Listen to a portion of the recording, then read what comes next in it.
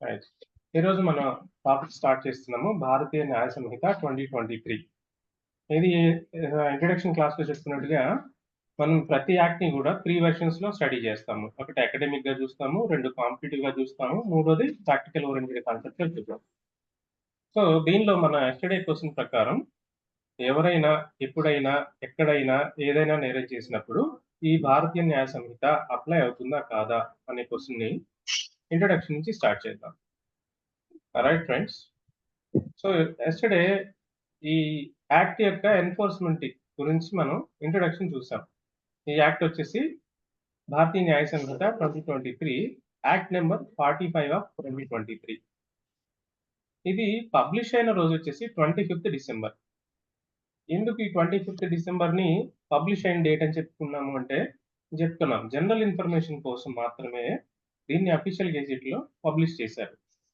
తర్వాత ఏం చేశారంటే ఈ నెక్స్ట్ సెక్షన్ చూడండి. ఈ యాక్ట్ యొక్క ఆబ్జెక్ట్ ఏంటో చెప్పారు. ఇది యాక్చువల్‌గా సెక్షన్ కాదు.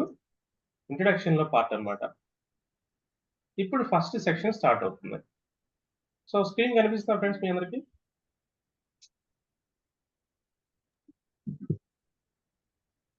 స్క్రీన్ షేర్ అయిందా? కనిపిస్తుందా? కిరణ్ గారు. హలో. ఫ్రెండ్స్ ఎవరైనా చెప్పండి. మీకు స్క్రీన్ కనిపిస్తుందా? సార్ కనిపిస్తుంది. థాంక్యూ అండి. సో చాప్టర్ 1 ఇక్కడ నుంచి స్టార్ట్ అవుతుంది. చాప్టర్ 1లో యాజ్ యూజువల్ గా ఐపీసీలో ఉన్నట్లుగానే దీనిలో కూడా ప్రిలిమినరీ, ఈ చాప్టర్ పేరు వచ్చేసి ప్రిలిమినరీ. ఇందులో సెక్షన్స్ 1, 2, 3 1 నుంచి 3 వరకు సెక్షన్స్ ఉన్నాయి. మీరు అవకాశం ఉంటే ఐపీసీని, ఈ బిఎన్ఎస్‌ని పక్కన పెట్టుకొని కంపారిజన్ చూడండి. ఫస్ట్ డే క్లాస్ స్టార్ట్ అవుతుంది కాబట్టి అవకాశం ఉంటే 2 బైరాకులు పక్కన పెట్టుకుంటే అసలు ఐపీసీకి, ఈ బిఎన్ఎస్‌కి ఉన్న డిఫరెన్స్ ఏంటో మీకు ఇనిషియల్ డేస్ నుంచి క్లియర్‌గా తెలుస్తుంది. Right friends. దీనిలో సెక్షన్ 1 తీసుకుంటే ఇందులో సబ్ సెక్షన్స్ పెట్టారు. ఐపీసీలోనేమో సెక్షన్ 1, 2, 3 ఏదైతే ఉన్నాయో వాటన్నిటిని కలిపి సెక్షన్ నెంబర్ 1లో సబ్ సెక్షన్స్ కింద పెట్టారు. ఇది ఫస్ట్ గమనించాలి. ఐపీసీలో ఉన్నటువంటి 511 సెక్షన్స్ ని దీనిలో 300+ సెక్షన్స్ గా ఎలా తగ్గించారు అని అంటే ఏ ఒక్కటి తీసేయలేదు ఫ్రెండ్స్. అంటే ఒకటి అలా ఏదైనా తీసేసినా వాటికి ఇంకొకటి రీప్లేస్ చేశారు. సో యాజ్ యూజువల్ గా 511 సెక్షన్స్ అలాగే ఉన్నాయి. కానీ వాటిని మినిమైజ్ చేసి, మినిమైజ్ ఇన్ ద సెన్స్ 1, 2, 3 అనే సెక్షన్‌ని దానిలోనే సబ్ సెక్షన్ 1, సబ్ సెక్షన్ 2 అని యాడ్ చేసుకుంటూ వచ్చారు. అలా మీకు మెయిన్ సెక్షన్స్ యొక్క కౌంట్ తగ్గింది. అంతే తప్ప ఐపీసీలో ఉన్నటువంటి కంటెంట్ ఆఫ్ సెక్షన్స్ మాత్రం ఎక్కడా డిలీట్ చేయలేదు. సో అది ఎలాగో చూద్దాము. ఇప్పుడు ఈ సెక్షన్ 1 తీసుకుంటే మీకు సబ్ సెక్షన్ 1 ఏంటి? చదవండి ఫ్రెండ్స్ ఎవరైనా. సెక్షన్ 1లో sub section 1 this act may be called the Bharatiya Nyaya Sanhita 2023. Subsection 2. It shall came into force. It shall came into force on such date as the central government may by notification in the official gazette. అన్నారు. అర్థమవుతుందా friends ఇక్కడ? For different provisions of the సంహిత official gazette లో notify చేసినప్పటి నుంచి ఇది అమల్లోకి వస్తుందంట. అదేంటండి అమల్లోకి రావడం అంటే ఏంటి అంటే మీకు ఏదైనా యాక్ట్ చూసినప్పుడు అందులో సెక్షన్ నెంబర్ 1లో ఒక డేట్ ఇస్తారు. ఆ డేట్ పక్కన ఒక చిన్న షార్ట్ వర్డ్ రాసి ఉంటుంది. WEF. ఎవరైనా గమనించారా? WEF విత్ ఎఫెక్ట్ ఫ్రమ్ అని పిలవాలి దాన్ని. With effect from. So with effect from అంటే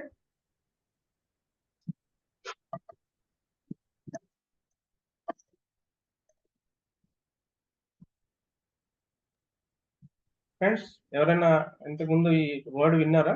విత్ ఎఫెక్ట్ ఫ్రమ్ అంటే ఈ రోజు నుంచి అమల్లోకి వస్తుంది, అలానా రోజు నుంచి అమల్లోకి వస్తుంది అని చెప్పడాన్ని విత్ ఎఫెక్ట్ ఫ్రమ్ అంటాం. సో ఈ భారతీయ న్యాయ సంహిత ఎప్పటి నుంచి అమల్లోకి వస్తుంది అనే దాన్ని అఫీషియల్ గెజెట్ లో వేసిన రోజు దగ్గర నుంచి వస్తుందని చెప్తున్నారు. ఇందులో సబ్ సెక్షన్ 2లో. అయితే ఎప్పుడు వేశారు ఈ నోటిఫికేషన్ అంటే, మీకు ఇక్కడ నోటిఫికేషన్ స్క్రీన్ మీద కనిపిస్తుంది చూడండి. ఇది వచ్చేసి 23rd February 2024న మినిస్ట్రీ ఆఫ్ హోమ్ అఫైర్స్ వాళ్ళు ఒక నోటిఫికేషన్ ఇచ్చారు. అందులో మీ ఇక్కడ రెడ్ మార్క్ చేసింది చూడండి, ఫస్ట్ డే ఆఫ్ జూలై 2024 నుంచి ఇది అమల్లోకి రాబోతుంది అని అఫీషియల్ గెజెట్ లో దీన్ని నోటిఫై చేశారు. కాబట్టి ఈ రోజు నుంచి ఇది అమల్లోకి వస్తుంది. ఎప్పటి నుంచి? ఫస్ట్ డే ఆఫ్ జూలై 2024 నుంచి అమల్లోకి వస్తుంది. So this is gazette notification. కాబట్టి ఇక్కడ మీకు సబ్సెక్షన్ 2లో చూసినట్లుగా ఇది నోటిఫికేషన్, గెజెట్ నోటిఫికేషన్ డేట్ నుంచి అమల్లోకి వస్తుంది అనే దానికి మీనింగ్ ఏంటంటే, ఎప్పుడైతే అఫీషియల్ గెజెట్ లో నోటిఫై చేసి ఈ రోజు నుంచి అమల్లోకి వస్తుందని చెప్తారో ఆ రోజు నుంచి వస్తుంది అని చెప్పారు. ఆ విధంగానే నోటిఫికేషన్ ఇచ్చారు. ఆ నోటిఫికేషన్ లో 1st July 2024 అని అనౌన్స్ చేశారు. కాబట్టి మనకి ఈ భారత న్యాయ సంహిత అనేది 1st July 2024 నుంచి అమల్లోకి వస్తుంది. అది సెక్షన్ 1 సబ్ సెక్షన్ 2లో చెప్పారు. ఇప్పుడు సెక్షన్ 1లోని సబ్ సెక్షన్ 3 ఈ స్క్రీన్ మీద కనిపిస్తుంది, ఎవరైనా చదవండి friends. Sub section 3. Every person shall be liable to punishment under this Sanhita and not otherwise for every act or omission contrary to the provisions thereof, of which he shall be guilty within India. Right. ఇందులో mark చేసి ఉన్నాయి colours గా. ఏ పదాలు ఉన్నాయండి mark చేసి? Every person within India. With in India. With in India, right. So మనకి homework లో question ఏంటి? ఎవరైనా ఎక్కడైనా ఏదైనా నేరం చేస్తే ఈ యాక్ట్ కింద పనిష్బుల్ అవుతారా అనేది మన క్వశ్చన్. సో ఎవరైనా అనే పదాన్ని మన ఇంగ్లీష్ లో ఎవ్రీ పర్సన్ అంటాం. అయితే ఈ ఎవ్రీ పర్సన్ ఎవరు అనేది మనం డీటెయిల్డ్ గా మాట్లాడుకుందాం. ఎక్కడైనా అంటే ఈ సబ్సెక్షన్ లో విత్ ఇన్ ఇండియా అన్నారు. కాబట్టి ఇండియా లోపల మాత్రమే ఈ సబ్సెక్షన్ 3 గురించి చెప్తున్నారు, కానీ ఎవ్రీ పర్సన్ అని చెప్తున్నారు. సో దీని మీనింగ్ చూద్దాం. Every person shall be liable to punish under this Sanhita అంటే ప్రతి వ్యక్తి, కింద తెలుగు మీనింగ్ ఇచ్చాను చూడండి, ప్రతి వ్యక్తి భారతదేశంలో చేసిన నేరానికి ఈ సంహిత కింద శిక్షకు బాధ్యత వహిస్తాడు మరియు దాని నిబంధనలకు విరుద్ధమైనటువంటి ప్రతి చర్య లేదా నేరానికి అతను దోషిగా ఉంటాడే తప్ప మరోలా కాదు. అంటే సింపుల్ గా మీనింగ్ ఏంటంటే ఫ్రెండ్స్, ఏ వ్యక్తి అయినా, అంటే ఇందాక మనం చెప్పుకున్నాం ఏ వ్యక్తి అని అంటే ఇద్దరు వ్యక్తులు, ఒకళ్ళు ఇండియన్ సిటిజన్, రెండోది non citizen of India. So ఇండియాలో ఎవరెవరు ఉండొచ్చు? ఉండటం in the sense, for example abroad నుంచి ఎవరన్నా ఒక పర్సన్ మన ఇండియాకి విజిటర్ గా ఏదో ఒక పని మీద వచ్చినాడు అనుకుందాం. అతను ఇండియన్ సిటిజన్ కాదు, కానీ ఇండియన్ టెరిటరీలో ఉన్నంతసేపు కూడా అతను ఏదైనా నేరం చేస్తే, ఎందుకని ఇండియన్ టెరిటరీ అనే పదం ఎందుకు వాడాము? లాస్ట్ లో వర్డ్ చూడండి, విత్ ఇన్ ఇండియా అన్నారు. విత్ ఇన్ ఇండియాలో అంటే ఇండియా లోపల ఉండగా అతను ఏదన్నా నేరం చేస్తే అతను ఈ యాక్ట్ కింద పనిష్బుల్ అవుతాడు అంట. అయితే మీకు డౌట్ రావాలి, సార్ ఫారిన్ నుంచి ఎవరైనా వచ్చారనుకోండి, వాళ్ళకి ఏదన్నా ఇమ్యూనిటీస్ ఉంటాయి కదా. ఇమ్యూనిటీస్ అంటే అంబాసిడర్స్ రావచ్చు, అంటే వేరే దేశం నుంచి అతిథులుగా మన ఇండియాకి ఎవరైనా వస్తే వాళ్ళని అంబాసిడర్స్ అంటారు. జస్ట్ లైక్ గెస్ట్ అనుకోండి, వేరే కంట్రీ ప్రెసిడెంట్ వచ్చాడు, లేదా వాళ్ళ తరఫున ఎవరైనా వాళ్ళు వచ్చారు. ఒకవేళ అలాంటి వాళ్ళు వచ్చి ఇండియాలో ఏదైనా అఫెన్స్ చేస్తే దీని కింద పనిష్బుల్ అవుతారా అంటే ఎస్, అవుతారు. ఎంతవరకు అవుతారు అని అంటే, వాళ్ళకున్నటువంటి ఇమ్యూనిటీస్ అంటే ఒక్కొక్క వ్యక్తికి ఒక్కొక్క ఇమ్యూనిటీ ఉంటుంది. ఫర్ ఎగ్జాంపుల్, మీరు ఫారెన్ వెళ్ళారనుకోండి, మన ఇండియా నుంచి ఎక్కడికైనా వేరే దేశానికి వెళ్ళేటప్పుడు ఇమిగ్రేషన్ దగ్గర మన పాస్పోర్ట్లో స్టాంప్ వేసిన దగ్గర నుంచి, అంటే ఆ టెరిటరీలోకి మనం ఎంటర్ అయిన దగ్గర నుంచి వాళ్ళలా అప్లై అవుతుంది మనకి. నేను ఇండియా నుంచి వచ్చానండి, ఇక్కడ ఇలా చేస్తే తప్పని నాకు తెలియదు, అందువల్ల నేను ఈ పని చేశాను, నాకు మీ యాక్ట్ అప్లై కాదు అంటే ఊరుకుంటారా? ఫర్ ఎగ్జాంపుల్ కొన్ని కంట్రీస్లో బయట చూయింగ్ చేయటం కానీ, అంటే స్ప్లిట్ చేయటం కానీ, లేదంటే ఏదన్నా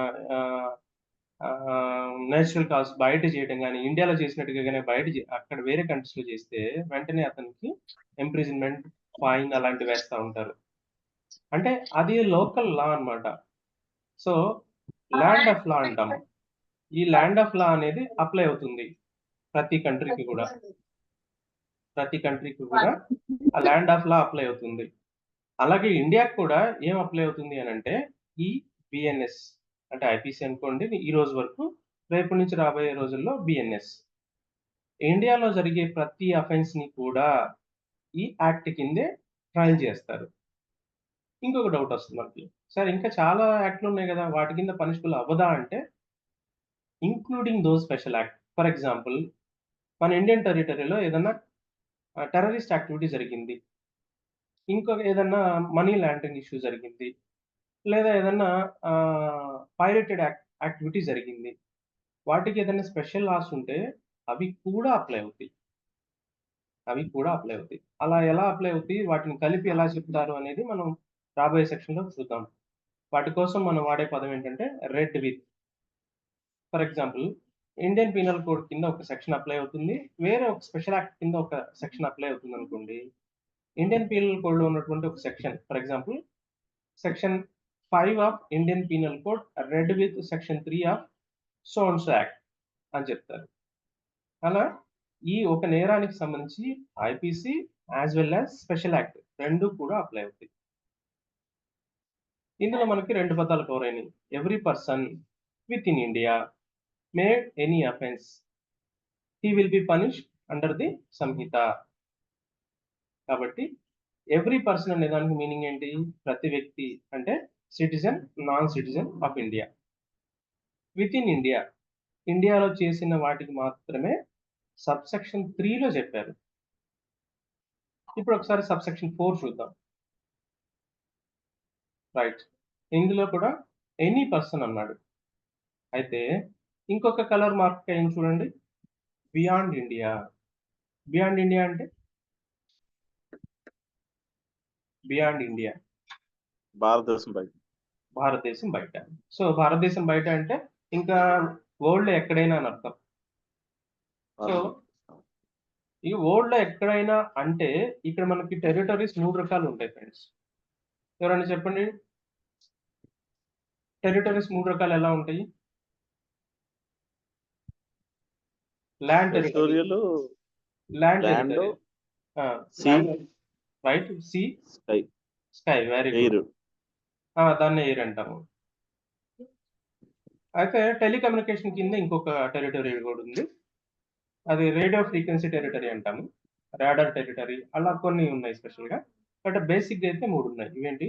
ల్యాండ్ టెరిటరీ అంటే భూమి మీద, వాటర్ టెరిటరీ, తర్వాత sky. Air. So, open space. ఈ మూడిటికి కూడా టెరిటరీ ఉంటుంది. సో, బియాండ్ ఇండియా అంటే ఇండియన్ టెరిటరీకి బయట ఉన్నటువంటిది అని అర్థం. సో, సబ్‌సెక్షన్ 4లో ఏం చెప్పారు? ఎనీ పర్సన్ అన్నాడు. సబ్‌సెక్షన్‌లో 3లోనేమో విత్ ఇన్ ఇండియా అన్నారు. ఇక్కడ బియాండ్ ఇండియా అన్నారు.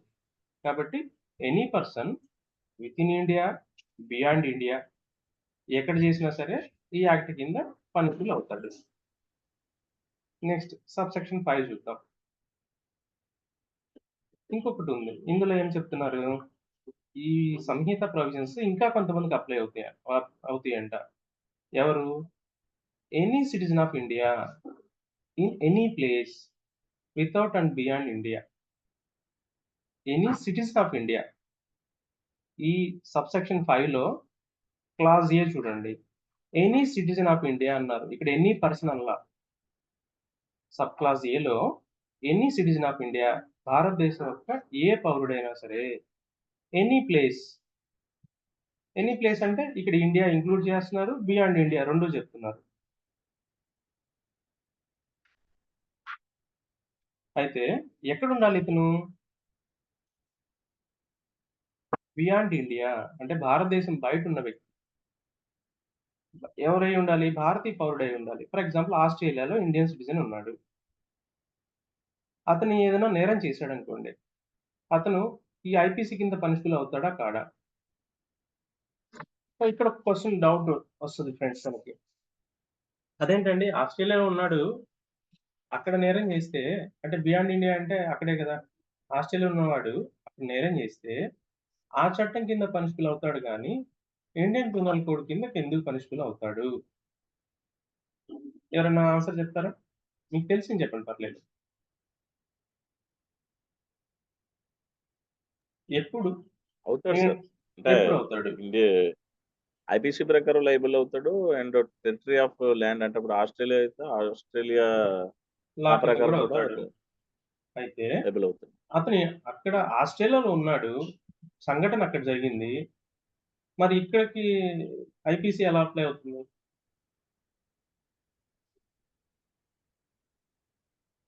అంటే అది ఇరు దేశాలు ఏమన్నా పరస్పర ఒప్పందం అగ్రిమెంట్ చేసుకున్నాయి అనుకో. ఒప్పందం చేసుకుంటే ఆ చట్టం అప్లై అవుతుంది. మరి ఇండియన్ సిటిజన్ అయినంత అవును సార్. అంటే మాత్రాన ఇక్కడ ఇప్పుడు పాయింట్ విజయ్ ఏంటంటే మాల్యా సార్ గారు ఉన్నారండి. Very Vijay good. Mallya England వెళ్ళిపోయారు కదా. Very good. విజయ్ మాల్యా అది ఇంగ్లాండ్ వెళ్ళిపోయాడు. అతను నేరస్తుడయ్యాడు. ఇండియన్ పీనల్ కోడ్ కింద పనిష్బుల్ అవుతాడు. ఎప్పుడు అవుతాడు అతను? ఇండియన్ పీనల్ కోడ్ కింద పనిష్బుల్ ఎప్పుడు అవుతాడు? ఇండియన్ సిటిజన్ అయినంత మాత్రాన అవుతున్నాడా? ఇప్పుడు అతను నేరం ఎక్కడ చేశాడు? సపోజ్ ఆస్ట్రేలియా అనుకోండి. ఆ! అక్కడ చేశాడనుకోండి. అప్పుడు ఏ లా అప్లై అవుతుంది అవును సార్. జనరల్‌గా? ఇప్పుడు ఆస్ట్రేలియా కరెన్సీ తీసుకొని ఆ గవర్నమెంట్‌ని మోసం చేశాడండి. ఎవరు విజయ్ మాల్యా అనుకోండి. అప్పుడు ఐపీసీ కింద పనిష్బుల్ అవుతాడా?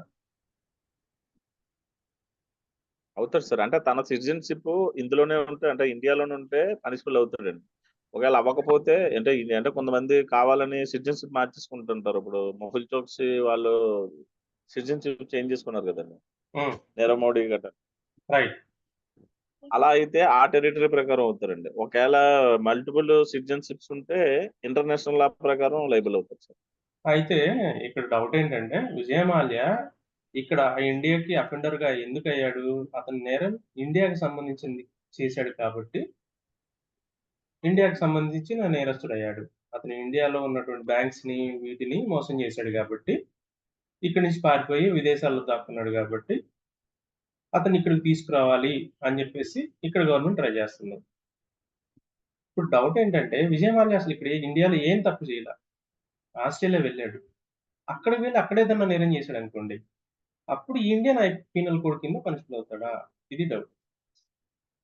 ఇండియాలో అతని మీద అసలు ఏం క్రైమ్ లేదు. అవుతాడా? అప్పుడు అవ్వదు సార్. ఎందుకంటే అక్కడ ఉన్న కష్టం ప్రకారం అయితే Australia land of the law ప్రకారం అయితే అవ్వచ్చు. రైట్. కానీ మరి ఐపీసీ కిందకి అవుతాడా? అవడా? ఒక డౌట్. So, right. మనం క్లారిఫై చేసుకుందాం.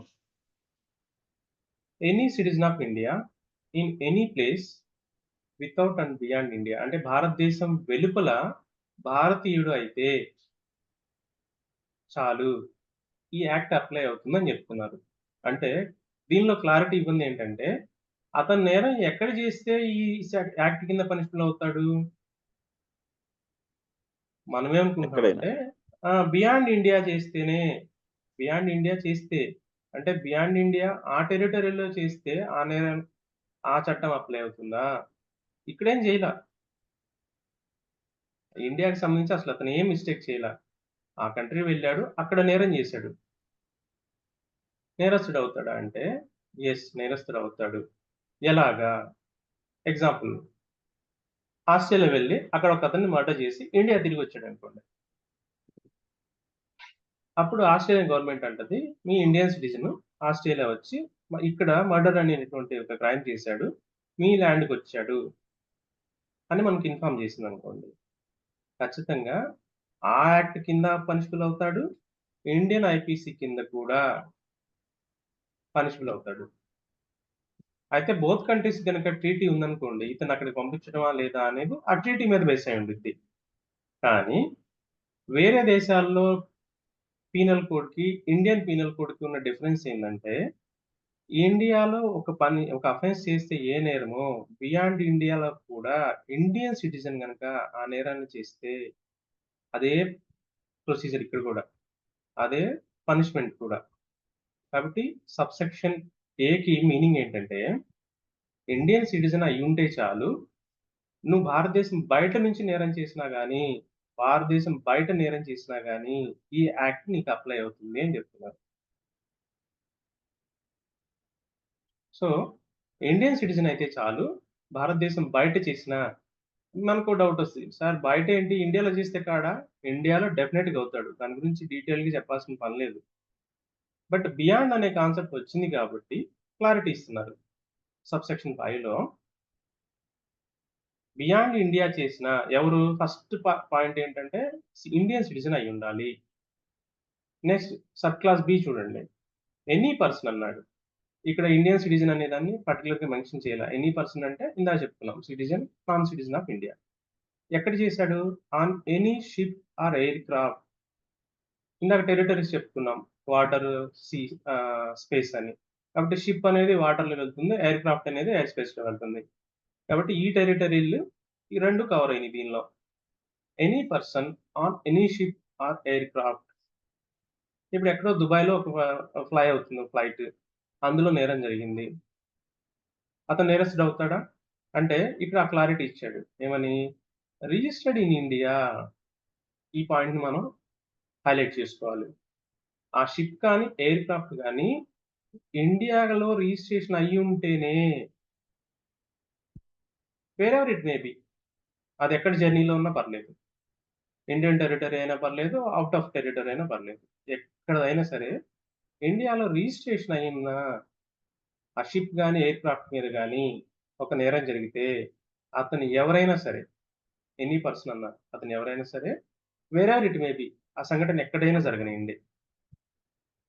జరిగితే అతను ఈ యాక్ట్ కింద ట్రయల్ చేయబడతాడు. Next clause C.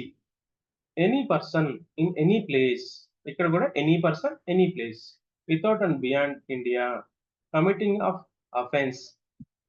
ఇప్పుడు ప్రెజెంట్ జనరేషన్ ప్రాబ్లం ఇది. Targeting a computer resource located in India. In India అది గమనించండి. ఇండియాలో కంప్యూటర్ ఉంది. ఆ డివైస్‌ని బియాండ్ ఇండియాలో ఎవరో ఒకరు ఇతను ఇండియన్ సిటిజనా కాదా అనేది ఇర్రెస్పెక్టివ్. సో, ఎవరైనా సరే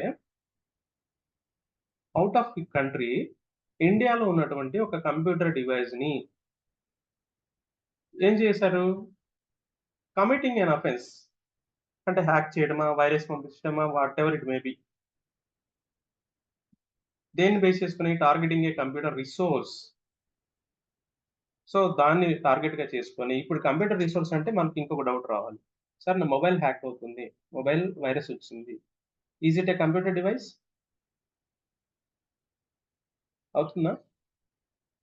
జనరల్‌గా. Yes sir. ఐటీ యాక్ట్ ప్రకారం అవుతుంది. Very good. So, computer device అంటే కంప్యూటర్ టెక్నాలజీ తోటి ఉన్నటువంటి సో, దీనికి మళ్ళీ కంప్యూటర్ అంటే ఏంటి? కంప్యూటర్ మీనింగ్ అంటే ఏంటి? మనం డీటెయిల్డ్‌గా చెప్పుకోవడం కొంచెం పెద్ద సబ్జెక్ట్ అవుతుంది. మొబైల్ కూడా కంప్యూటర్ డివైస్ కిందే మనం కన్సిడర్ చేయాలి. కాబట్టి ఇక్కడ కంప్యూటర్, మొబైల్స్ ఇవన్నీ కూడా ఒక కేస్ గమనించాము. ఒకసారి అతనికి హార్ట్‌లో ఒక డివైస్ పెడతారు. పేరేమైనా ఐడియా ఉందా మీకు ఎవరికైనా? హార్ట్ యొక్క పంపింగ్ సిస్టమ్ కోసం ఒక మెకానికల్ డివైస్ వాడతారు. Page maker. Yes. Pacemaker. ఆ పేస్ మేకర్‌ని కూడా మనం ఈ కంప్యూటర్ డివైస్ తోటి అది కూడా ఎలక్ట్రోమాగ్నెటిక్ డివైస్ అన్నమాట. దాన్ని కూడా మనం వీటితోటి ఆపరేట్ చేయొచ్చు బయట నుంచి. సో, అలాంటిది. ఇదే సందర్భం మూవీస్‌లో కూడా చాలా చూపించారు. బట్ రియల్‌గా కేస్ జరిగింది. సో, దానిలో ఏంటంటే టార్గెట్ ఆఫ్ కంప్యూటర్ రిసోర్సెస్ అంటే ఎలక్ట్రోమాగ్నెటిక్ వేవ్స్ తోటి రన్ అయ్యేటువంటి అన్ని డివైసెస్‌ని కూడా మనం ఈ కేటగరీలోనే తీసుకొస్తాం. Bluetooth, wifi whatever it may B. Electromagnetic devices అన్నిటిని కూడా ఈ కేటగరీయే. సో, అవి గనక టార్గెట్ చేస్తే అతను బియాండ్ ఇండియా ఉన్నా సరే, ఎనీ పర్సన్ ఎవరైనా సరే అయితే అతను ఖచ్చితంగా ఈ యాక్ట్ కింద పనిషబుల్ అవుతాడు. సో, ఈ సెక్షన్ మాత్రం కొత్తది దీనిలో బిఎన్ఎస్‌లో యాడ్ చేశారు. ఇంతకుముందు కూడా ఉండేది. బట్ ఇప్పుడు హైలైట్ చేశారు దీన్ని. ఎందుకని ప్రెజెంట్ సైబర్ క్రైమ్స్ ఎక్కువవుతున్నాయి కాబట్టి ఆ స్పెషల్ ఎనాక్ట్‌మెంట్ ఉంది. బట్ దీన్ని బిఎన్ఎస్‌లో యాడ్ చేశారు. సో, ఒకసారి దీన్ని రివ్యూ చేసుకుందాం ఫ్రెండ్స్. సబ్‌సెక్షన్ 5లో ఏం చెప్పారంటే any citizen of India in any place without and beyond India. భారతదేశం వెలుపల ఎవరైనా సరే ఇండియన్ సిటిజన్ అయితే అక్కడ అతను నేరం చేస్తే దీని కింద పనిష్బుల్ అవుతాడు. B, any person on any ship or aircraft registered in India wherever it may be. Aircraft కానీ షిప్ కానీ ఇండియాలో రిజిస్ట్రేషన్ అయి ఉంటే అది ఏ టెరిటరీలో ఉన్నా సరే దానిపైన ఎవరు నేరం చేసినా కానీ ఈ యాక్ట్ కింద ట్రయలబుల్ అవుతాడు. Last one, computer resources. వీటిని టార్గెట్ చేసి ఏదైనా అఫెన్స్ చేస్తే అతను ఎవరైనా ఎక్కడి నుంచి అయినా సరే అతను ఈ యాక్ట్ కింద పనిష్బుల్ అవుతాడు. ఇది సెక్షన్ 1 సబ్ సెక్షన్ 5. దీని ఎక్స్ప్లెనేషన్ చూడండి ఫ్రెండ్స్. ఇందులో అఫెన్స్ అంటే ఏంటి, దాని యొక్క మీనింగ్ ఏం చెప్పారు అని అంటే, in the section the word offence includes every act. Offence అంటే జనరల్ గా అఫెన్స్ మీనింగ్ ఏంటి, డిజోబింగ్ ది లా. ఒక లైన్ లో చెప్పాలంటే డిజోబింగ్ ది లా. ఒక లాలో అంటే ఒక చట్టంలో ఇది చేస్తే నేరం అని చెప్పొచ్చు, లేదా ఇది చెయ్యకపోతే నేరం అని చెప్పొచ్చు. ఉదాహరణకి ఒక గవర్నమెంట్ అఫీషియల్ తనకి శాలరీ వస్తున్నప్పుడు అన్లాఫుల్ గా మనీని కనుక ఫోర్స్ చేసి తీసుకుంటే దట్ ఈస్ కాల్డ్ బ్రైబ్, అంటే లంచం అని చెప్తారు, అది అఫెన్స్. చెయ్యకపోతే తప్పు. ఏం చేయకపోతే తప్పు, ట్రాఫిక్ రూల్ ప్రకారం మనం రోడ్డుకి లెఫ్ట్ సైడ్ వెళ్ళాలని కనుక ఒక స్ట్రిక్ట్ రూల్ ఉన్న చోట మనం రైట్ సైడ్ వెళ్ళామనుకోండి, అప్పుడు ఏం చేసినట్లు, ఆ రూల్ ని డిజోబై చేసినట్లు. ఇది చేయొద్దు అంటే మనం ఆ పని చేసినట్లు. సో అప్పుడు అఫెన్స్ అవుతుంది. కాబట్టి disobey the law it's amount to an offence. కాబట్టి ఇక్కడ అఫెన్స్ ఏమన్నారంటే every act committed outside India which if committed in India. అంటే ఇక్కడ నేరం అనే పదానికి ఎలాంటి మీనింగ్ ఇచ్చారు అని అంటే, భారతదేశంలో చేస్తే ఏదైతే నేరం అని చెప్తామో అది భారతదేశం బయట చేసినా కానీ సేమ్ మీనింగ్ అంట. ఎట్లాగా, ఈ యాక్ట్ కింద, సంహిత కింద అదే మీనింగ్ లో వస్తుంది. అఫెన్స్ అంటే ఇండియన్ టెరిటరీయే కాదు, బయట చేసిన దాన్ని కూడా అదే అఫెన్స్ కింద ఈ యాక్ట్ కింద తీసుకుంటారు అని సింపుల్ గా చెప్తున్నారు. చూడండి దాని ఎక్స్ప్లెనేషన్ ఇలిస్ట్రేషన్ కింద ఇచ్చారు. భారతదేశ పౌరుడైనటువంటి భారతదేశం బయట ఒక హత్య చేసి వచ్చాడు అనుకోండి, అతను భారతదేశంలో ఏ ప్రదేశంలో దొరికినా సరే అతన్ని హత్యా నేరం కింద విచారించవచ్చు. చూడండి, మర్డర్ ఎక్కడ చేశాడు ఇతను, బియాండ్ ఇండియా, కానీ is a citizen of India, అందుకని ఈ యాక్ట్ కింద ట్రయల్ చేయబడతాడు. అతను ఇండియాలో ఎక్కడ కనిపిస్తే అక్కడ అతన్ని అరెస్ట్ చేసి ఆ నేరం కింద ఇండియాలో చేసిన నేరంగా భావించి అతన్ని ట్రయల్ చేస్తారు. కాన్సిక్వెన్స్ ప్రూవ్ అయితే పనిష్ కూడా చేస్తారు. So this is sub section 5. ఇప్పుడు చెప్పండి మన క్వశ్చన్కి ఆన్సర్. ఎవరైనా ఎప్పుడైనా ఎక్కడైనా ఏదైనా నేరం చేస్తే బిఎన్ఎస్ కింద ట్రయల్ చేయబడతాడా అంటే ఎస్, ఎక్కడైనా ఎప్పుడైనా. ఏ సెక్షన్స్ కింద, మీరు అకాడమిక్ గా ఎల్ఎల్బి ఎగ్జామ్స్ రాసేవాళ్ళు అయితే యాజ్ పర్ సెక్షన్ ఏం చెప్తారు, బిఎన్ఎస్ అయితే as per section 1 sub section చూడండి, సెక్షన్ 1 ఇంతకుముందు సబ్ క్లాస్ ఏ, ఇప్పుడు చూడండి సెక్షన్ 1 సబ్ సెక్షన్ 3 నుంచి బిఎన్ఎస్ లో సెక్షన్ నెంబర్ ఎట్లా అయ్యాలంటే సెక్షన్ 1 క్లాస్ 3 లేదా sub section 3 and sub section 4 and sub section 5.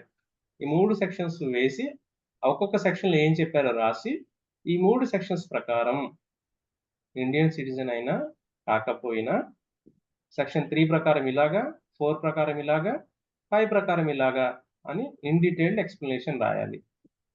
2 marks question అనుకోండి, ఒకే పేరాలో రాసేయండి as per section 1 class 3, 4, 5.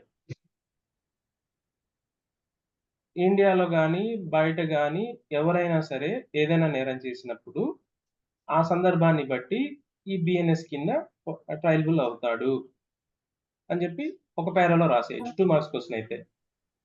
4 marks question అనుకోండి, 3లో ఏం చెప్పారు, 4లో ఏం చెప్పారు, 5లో ఏం చెప్పారు,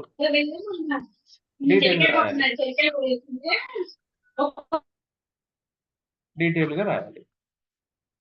రైట్ ఫ్రెండ్స్. ఇది అకాడమిక్ ఎల్ఎల్బి వాళ్ళకి. మరి జేసీసీ రాసే వాళ్ళకి ఇదే క్వెషన్ వస్తే ఎలాగా అంటే అక్కడ కూడా అంతే 4 మార్క్స్‌కి 10 మార్క్స్‌కి అయితేనేమో డీటెయిల్డ్‌గా రాయాలి. అట్ ద సేమ్ టైమ్ ఒక ప్రాబ్లమ్‌ని కూడా మనం క్లియర్ చేయాలి. ఎలాగా ఫర్ ఎగ్జాంపుల్ ఇలిస్ట్రేషన్ చూస్తున్నారు కదా! ఈ స్క్రీన్ మీద కనిపించే ఇలిస్ట్రేషన్. ఇదే ప్రాబ్లమ్‌గా ఇస్తారు. Who is a citizen of India commits a murder in any place so and so, so and so అని ఇస్తే దానికి మీరు ఆన్సర్ రాయాలి. యెస్, అతను పనిషబుల్ అవుతాడు. As per section 1 subsection 5 illustration. The same problem will be reflect. As per that illustration, he will be tried under BNS 2023 అని మనం conclude చేయాలి. ఇంకొంచెం మీరు రీసెర్చ్ చేసేటట్లయితే గూగుల్‌లో దీనికి సంబంధించిన కేస్ లాస్ ఏమైనా ఉన్నాయేమో వెతకండి. ఆ కేస్ లాని కూడా ఇక్కడ రిఫర్ చేయొచ్చు. ఏ వర్సెస్ బి కేస్ ప్రకారం ఇదే సందర్భంలో సుప్రీం కోర్ట్ గాని, హైకోర్ట్ గాని ఇలా జడ్జ్‌మెంట్ ఇచ్చింది అని రిఫర్ చేస్తూ ఇది కూడా కలిపి ఒక సెంటెన్స్‌లో రాస్తే ఎగ్జామినర్‌కి మీ మీద గుడ్ ఒపీనియన్ వస్తది. వీళ్ళకి సబ్జెక్ట్ ఫుల్ డెప్త్ నాలెడ్జ్ ఉంది. సో, ఇంత detail explanation with case laws రాసారు అని మీ మీద ఒక మంచి ఇంప్రెషన్ వస్తది. ఇది కాంపిటీటివ్ ఎగ్జామ్స్‌లో బాగా ఉపయోగపడుద్ది. అట్ ద సేమ్ టైమ్ ఇంటర్వ్యూలు కూడా ఇలా అడగొచ్చు. ఏఎన్ఐ సిటిజన్ ఆఫ్ ఇండియా వేరే దేశంలో నేరం చేశాడు. అతను మరి ఈ యాక్ట్ కింద పనిషబుల్ అవుతాడా లేదా? ఏ ప్రొవిజన్ కింద అని అడుగుతారు. సో, అలా ఇంటర్వ్యూస్‌లో కూడా ఇది 3 డైమెన్షన్‌లో మనకు ఉపయోగపడుద్ది. అట్ ద సేమ్ టైమ్ ప్రాక్టీస్‌లో మీ దగ్గరికి ఒక క్లయింట్ వచ్చాడు. సార్ నేను ఎక్కడో ఆస్ట్రేలియా వెళ్ళి ఒక పని చేసి వచ్చానండి. అక్కడ వేరే వాళ్ళ మర్డర్ చేశానండి. ఇండియాకొచ్చాను. ఇక్కడికొచ్చిన తర్వాత నన్ను తీసుకెళ్ళి జైల్‌లో పెట్టారు. మరి నేను ఇక్కడ ఇండియాలో చేయలేదు గదా! అన్నప్పుడు అతని సంబంధించినటువంటి ఆ కేస్ చేయాలన్నా అంటే మనం ప్రాసిక్యూటర్ అనుకోండి.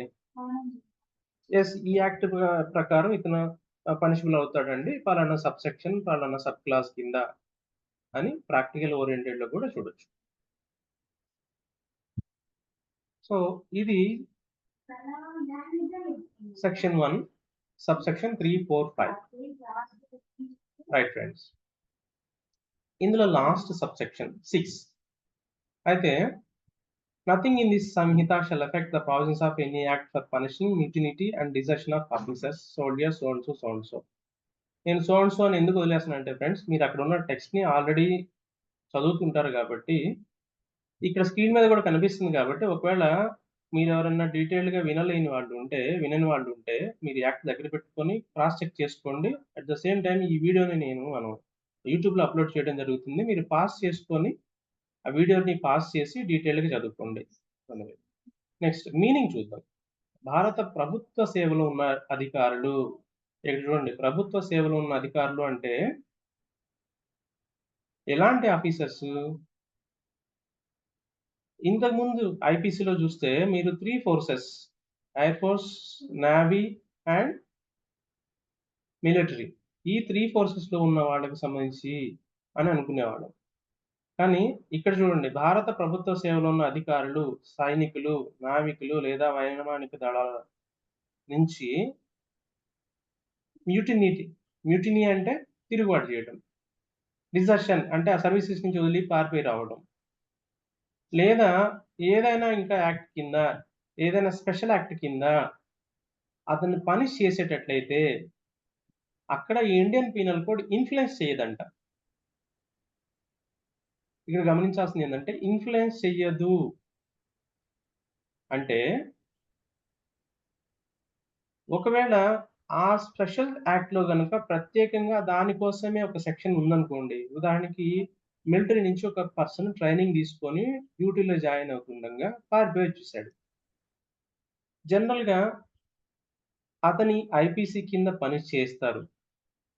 కానీ వాళ్ళొచ్చేసి సార్ మాకు ఇది స్పెషల్ యాక్ట్ అండి. మార్షల్ కోర్ట్ కింద అతన్ని మేము పనిష్ చేస్తాము. మీరిక్కడ చేయడానికి లేదు. మీరిక్కడ ఈ లోకల్ పోలీసులు దాన్ని తీసుకోవడానికి లేదు. మేము మా కోర్ట్‌కి తీసుకెళ్తాము. మాకు స్పెషల్‌గా చట్టం ఉంది అనంటే, అటువంటి టైంలో ఈ ఐపీసీ ఏమి ఆ స్పెషల్ యాక్ట్‌ని డిస్టర్బ్ చేయదంట. సో, మీనింగ్ అర్థం చేసుకోండి. ఐపీసీ కింద అఫెన్సే. కానీ స్పెషల్ యాక్ట్, స్పెషల్ ప్రొవిజన్స్ ఉన్నప్పుడు దీన్ని మించి అది ఉంటుంది గాబట్టి దాన్ని డిస్టర్బ్ చేయకుండా ఓకే మీరు అక్కడికి తీసుకెళ్ళి మీ యాక్ట్ ప్రకారం, మీ స్పెషల్ యాక్ట్ ప్రకారం, మీ ప్రొవిజన్స్ ప్రకారం మీరు ట్రీట్ చేసుకోండి అని చెప్తుందంట.